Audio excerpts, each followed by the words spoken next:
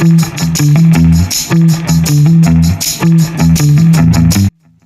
Friends, எப்படி இருக்கீங்க?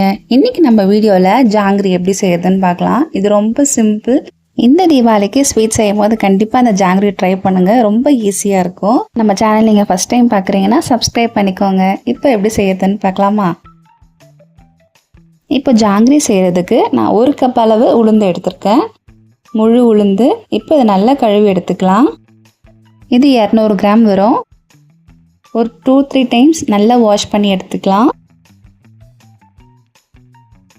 Wash பண்ணும் போது இது மாதிரி நல்லா அழுத்தம் கொடுத்து ப்ரெஸ் பண்ணி நல்லா கழுவி எடுத்துக்கலாம். இப்போ நல்லா கழுவி எடுத்துகிட்டு வந்தாச்சு. இதில் 2 கப் அளவு தண்ணி சேர்த்துட்டு 1 மணி நேரம் ஊற வச்சு எடுத்துக்கோங்க. 1 மணி நேரம் போதுமான அளவாக இருக்கும். இந்த அளவுக்கு நல்லா ஊறி வந்திருக்கும் போதும். இப்போ இதை தண்ணியெல்லாம் வடித்து தனியாக எடுத்து வச்சிடலாம்.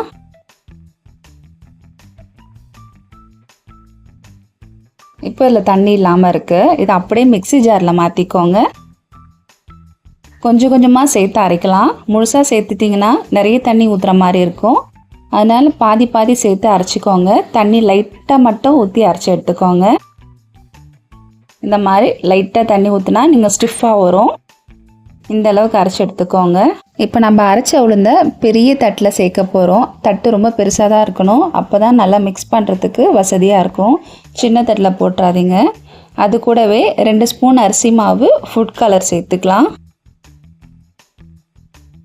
சேர்த்துட்டு ஒரு 10 நிமிஷம் போல் ஒரே டைரெக்ஷனில் நல்லா கலந்து கொடுத்துட்டே இருங்க. நான் இங்கே ஆரஞ்சு கலர் கேசரி பவுடர் லைட்டாக தண்ணியில் மிக்ஸ் பண்ணி சேர்த்துருக்கேன். உளுந்து நல்லா சாஃப்டாக க்ரீம் மாதிரி வரும். அந்த ஸ்டேஜ் வரைக்கும் நம்ம கலந்துகிட்டே இருக்கணும். ஃபுட் கலர் தேவைப்பட்டுச்சுன்னா இன்னும் கூட சேர்த்துக்கலாம். இந்த மாதிரி கெட்டியாக விழும். நீங்கள் கையில் எடுத்து கீழே போட்டிங்கன்னா நல்லா கெட்டியாக ஸ்டிஃபாக இருக்கும். இப்போ இது கரெக்டான பக்குவம். இந்த ஸ்டேஜில் நம்ம பைப்பிங் பேக் அப்படி இல்லைனா பால் கவரில் அந்த மாவை சேர்த்துக்கோங்க.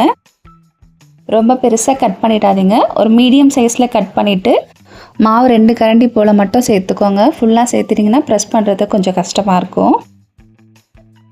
ஃபஸ்ட்டு ஒரு தட்டில் ட்ரையல் பார்த்துக்கோங்க. இது ஃபஸ்ட்டு ஒரு 2-3 டைம்ஸ் கொஞ்சம் கஷ்டமாக இருக்கும். அதுக்கப்புறம் போட போட உங்களுக்கு ஈஸியாக இருக்கும்.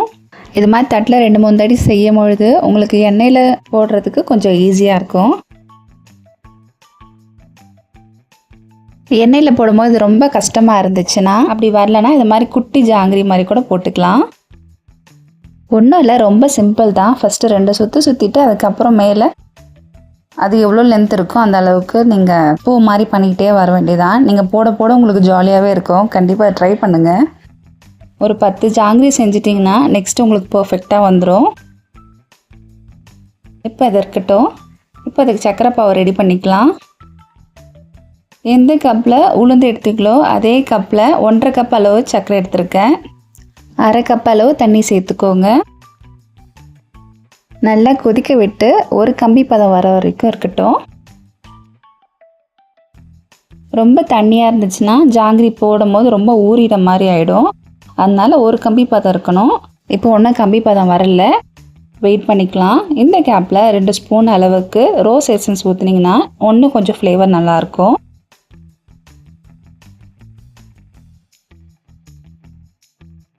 இப்போ செக் பண்ணி பார்க்கலாம். இப்போ லாங் ஸ்ட்ரிங்காக வருதுங்களே, ஒரு ஸ்ட்ரிங் இது கரெக்டாக இருக்கும்.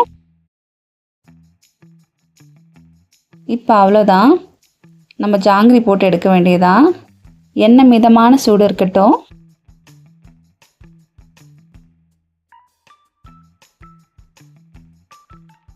கொஞ்சம் கொஞ்சம் பேட்சாக போட்டு எடுத்துக்கோங்க.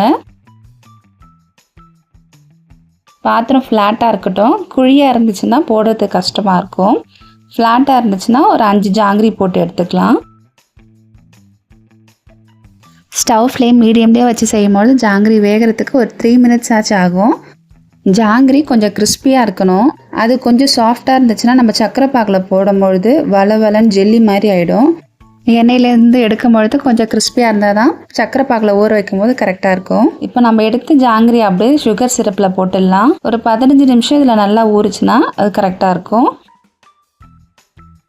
அவ்வளோதான். 15 மினிட்ஸ் கழித்து நல்லா ஊறி இருப்பாங்க. இப்போ பாருங்கள் இது எவ்வளோ ஜூஸியாக இருக்குன்னு. அவ்வளோதான், ரொம்ப சிம்பிளாக ஈஸியாக வீட்டிலே செஞ்சு முடிச்சிடலாம்.